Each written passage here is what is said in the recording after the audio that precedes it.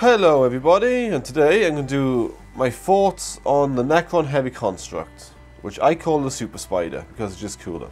Okay, do I think it's a good unit? Personally, I think it's an amazing unit. Okay, it's so nice to actually shoot at stuff and watch it die. But the biggest problem I have with the Super Spider is it is too many points. I do not think this is a competitive unit because it does not have quantum shielding. And it eats the command points. And it's only got 5 up invuln. So you're either going to be taking the Seraptek to have a hit on 2s, or you're going to be taking the rerolling 1s, so you get +1 save for 2 command points.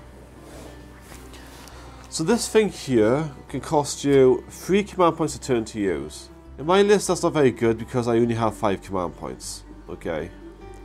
But this, I just wish it was under 500 points. If they dropped the points of this to under 500, I would say it would be competitive. Okay, let's talk about the stats. I have absolutely no idea why anybody would ever take the Singularity Generator.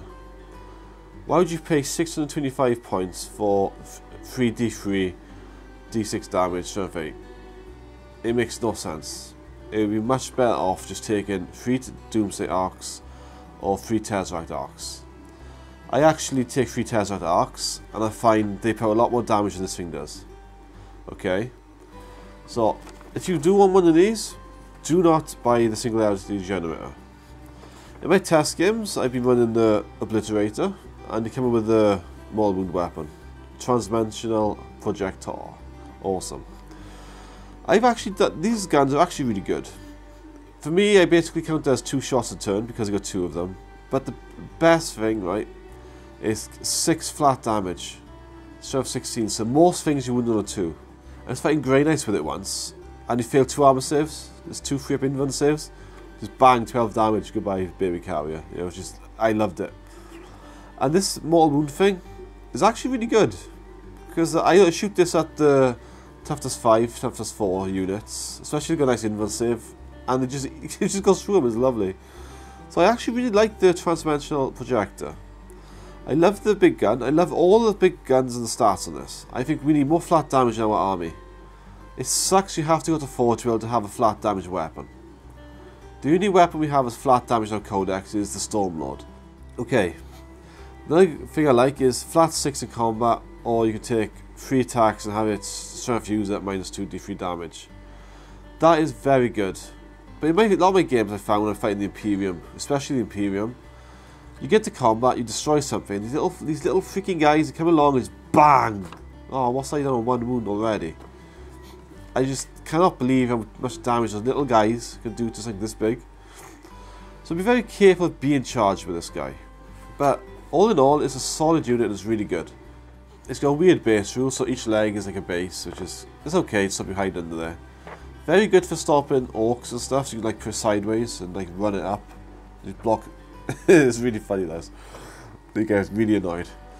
You know, usually like you have some scabs on one side and the spider on that side, like, oh, what's that? You can't get past. Funny, really funny. Okay. What I like to do with this thing in my game so far I've tested, right? I like to hide him whatever big piece of terrain I have if I got one. It's like try and get my save, just leave him there till turn 3. I just take pot shots and everything is nasty. And once he comes from turn 4, I run him out because he was 16 inches if he's not injured. This guy is lethal in combat. But I like to keep him back, do some shooting, just run out there and do some damage. So personally I think this is a really good unit. And my review is, we needed something like this ages ago. I would love it if it had a quantum shielding rule or an upgrade for quantum shielding. Because another major problem you have with this spider, okay? Whenever you fight any army, and if they know this thing haven't got it, every single last cannon or whatever the hell they got is going into this. Because all it's got to save itself is a 5 up. Not the best. But in all my games so far, it hasn't died yet. But it's gone down to 1 wound in every game I've played, except for online. The TTS games, the orcs killed in combat. 1 orc unit I got, really. In real life, they haven't died. But it has been on 1 wound a few times. So you got to be very careful and it's very easy to bring it down. So you want to hide it, keep your army away from it because it blows up and kills you. And then on turn 3, turn 4, you send it out, you charge something and you fall back, you shoot, you charge. Just become a major pain in the ass with it. And another good thing about this is if you use 1 command point, you can always use your top line stats for the damage override thing from the Codex. Very good, 1 command point a turn to keep it shooting normal, maybe 3 a turn if you want to use the buffs. So, all in all, I love the unit. I think if you want to take it to a game, go for it. Is it worth the money? I would say maybe. I will not suggest you take this to tournaments. So if you want to win games and just want to be that guy, don't buy this. It's not that unit. But it is a really nice unit. It's 625 points. It's a good army filler. If you're new to Necrons, you got like 1,000 points. Grab this. You know, fill up with some scarabs, you're sorted. And slowly upgrade. So my review is good unit, too expensive, and it dies too easy. When you go up against Caster Knight, which is cheaper than this and does more damage, it's just really, you know, you cannot compete with the Knights and stuff. Oh, one more point I need to make before I turn the video off is this. A lot of people I've noticed don't, oops, earthquake. A lot of people I've noticed don't realise,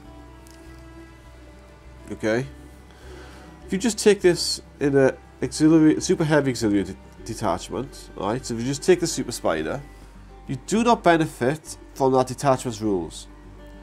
So if you got the reroll in 1 dynasty and you hide him in a building, he does not get that, okay, just so you know that. So that is a lot of mistakes I see a lot of people do. And if you just take these and no other detachments, you cannot use stratagems. So you have to have another detachment to unlock the stratagems as well, because that's in the Codex. So if you just turn up with 3 spiders and say eat it, you can't use any gems. Okay? So that's another massive disadvantage we have there. Because when you fight against those stupid knights, they're cheaper, they do more damage, and they got stratagems up the butt, free up invulns, you start to see why this thing is not worth the points. So that is why it's not competitive. So, thank you for watching, and I'll catch you all again in the next video.